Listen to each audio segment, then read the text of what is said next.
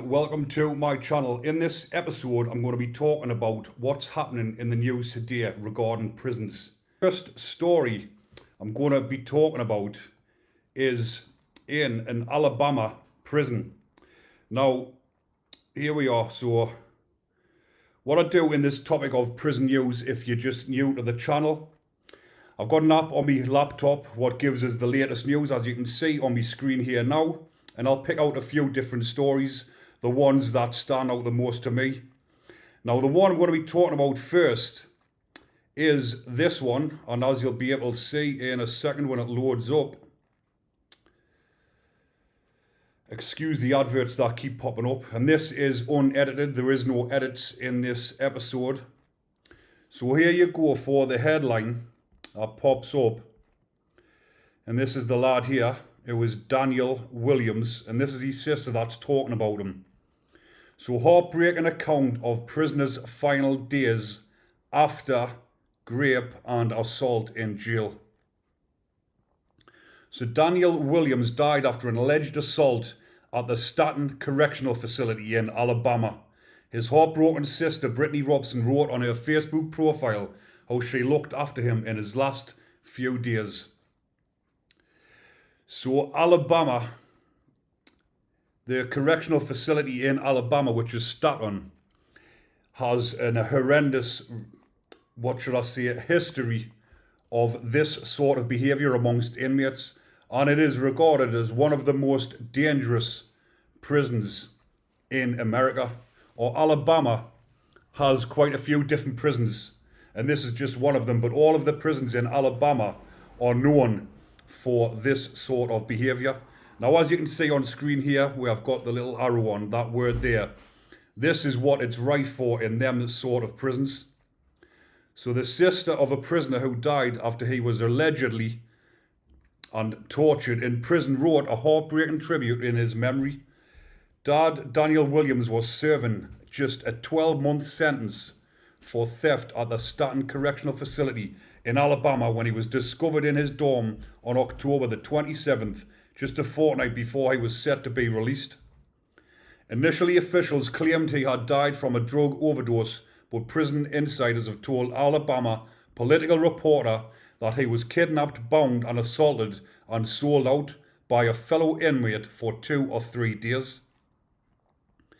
Now, if you're not familiar with them sort of terms and you haven't seen the American programs, sold out, it means exactly what the title of the video says. Obviously, I can't say that word because it'll pop up on YouTube's automated service, and it will not get monetized if you use that word. As stupid as it sounds, that's what happens. But he's been sold out by a fellow inmate. So, as you can imagine, what you're thinking to yourself, where was the screws or the correctional facility officers? Where was these officers when all of this was going on? But I'll just show you a couple of videos of what it's like inside Straton Correctional Facility. So this is it here. And inside of this prison, as I just mentioned before, they've got dormitories. So that's the plan of the prison. And this is the dormitories. So all of these prisoners must just be left to fend for themselves. So Daniel, who only had a couple of weeks left on his sentence, was left unattended. But as you can see by his picture, he's not a very big lad.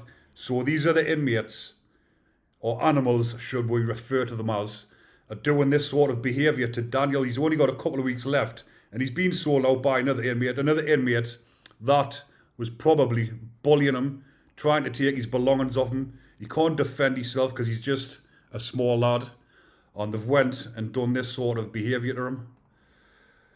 So the horrifying incident left Daniel, a dad of a boy and a girl aged 1, brain dead, and his family have now spoken out about their efforts to seek justice as they endeavour to find out what actually happened. Daniel's heartbroken sister, Brittany Robinson, wrote on her Facebook profile, "I'd take your place instantly so you could have more time with your kids. I so would, Daniel. This sissy is extremely exhausted and lost without her Daniel calling her, saying, look what your niece done. learn how to talk about already. Sorry. This sister held your hand for 3 days straight. This sister wiped your drool, wiped cold rags on you so your body could cool off in that hospital room. This sister told the nurses to clean you extra because you needed it. This sister made sure you were taken care of when I could. This sister watched you gasp for air, shake to try and breathe. This sister looked at your bruised body, bit her tongue from cussing the guard out at the prison because she knew they'd stop me from seeing you. I told you I loved you. I talked to you even though I knew you couldn't respond. I told you I love you and I needed you to know where you're okay. Oh, Daniel, this shit hurts so hard. I'm really sorry. It's not fair. Please be at peace now. So she's obviously set to go for me page up because it says the devastated family said Daniel's life machine was switched off on November the 5th. Amber, his beloved fiancée, says she was horrified by his condition when she got to see him in hospital. The single mum now faces raising her children on her own. Speaking out, she told a local news station, I was supposed to tell her about her daddy, like why he isn't here. Why didn't he ever come home? I went to the hospital and the nurses told me that he was assaulted and beaten badly. And when I went into the room, he had bruises all down his arms, like down his fingers. He had cuts up and down and bruises on his legs. Daniel's dad, Terry, heard that his son had suffered an overdose before later learning that he had allegedly been assaulted and had been moved to palliative care.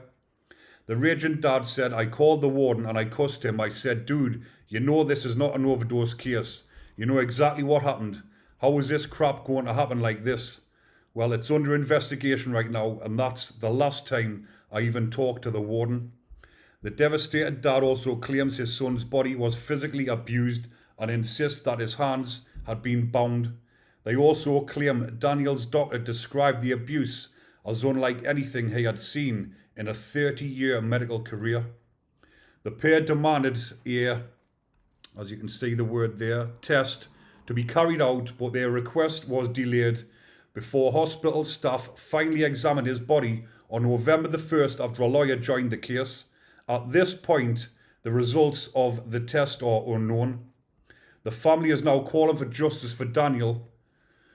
Terry said, we've got to stop this. If I can save a couple of lives, you know I'm thankful.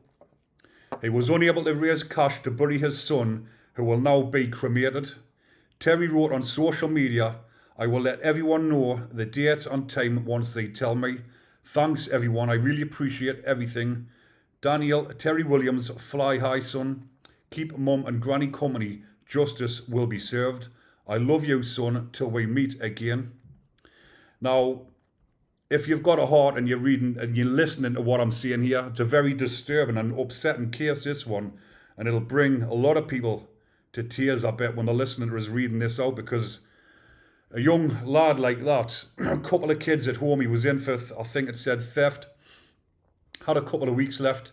And what sort of way is this to go in a prison where the prisoners are supposed to be protected from the wardens who are supposed to keep an eye on the prisoners, and he's ended up leaving the prison like this in that sort of state and never going back to his family. The Alabama Department of Corrections told the Mirror US on Thursday the 9th of November 2023 an inmate death was reported at Kilby Correctional Facility. Inmate Daniel Terry Willams was found unresponsive in the healthcare unit. So let me go back a second, because I've just showed you the inside of Straton, because I'm sure that's what it said to start with, but let us just clarify this. So yes, so he says he was serving theft at the Straton. I thought I was right, but then it went on further on to say that it's talking about another prison. But I just wanted to go back there just in case anyone picked up on that, like I did myself, and clarify that, because on that it's saying Kilby Correctional Facility. So I think they might have that mixed up a little bit there, but it says, but they were unable to resuscitate him and he was pronounced deceased by the attending physician. On Sunday, October the 22nd, 2023, a possible inmate-on-inmate assault was reported at Straton Correctional Facility. Inmate Willams was discovered unresponsive in his dorm and was transported to the healthcare unit. Medical personnel treated Willams and monitored his condition. The decision was made to transfer him to an area hospital for further evaluation and treatment. He remained at the hospital unit until the family decided to remove him from life support. He was transported to Kilby Correctional Facility for long-term comfort care, where he subsequently died. So that's answered what I've just been on about there, but I just wanted to clarify that in case I got a mistake. So the ADOC Law Enforcement Services Division is investigating the incident. But again, like I just mentioned there, what a very disturbing case. As you can see there, not very old, got the full life ahead of him, and he's been abused in that sort of way. I mean, anybody going into prison for theft and only having a few weeks left on your sentence, and being, as you can see, like I've mentioned earlier on in the video, is just a small lad, and he looks like he's been absolutely abused off the other inmates and just taken for a total, well, as you can see what I've just read the story out, it's an absolute horrendous case, this one. But I'll just go back, look at that. Like, imagine living in that dormitory. So see, hey, they've probably got him up in the corner here, and when I've read up on these sort of prisons, the whole lot, I mean, there will be a certain amount of prisoners that wouldn't have been partaking in this.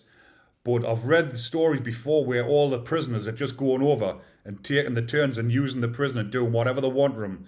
So a lot of these prisoners are big, muckly lads, blokes, and they've just seen him as a little victim and just tossed him aside. But wouldn't you think the guards will be coming around every day, walking up and down, checking on every inmate? So if Daniel's been getting used in this sort of way for days upon end, where was the staff? They should have CCTV up in these sort of prisons as well and monitoring them. If you can't get in there, if you're understaffed, they should have wardens walking up and down here, checking the inmates daily to make sure they're safe, because bullying is rife inside of prisons, and more so in these prisons. But I'll leave that story there and I'll move on to the next one, people, because like I say, I've said I was going to mention 3.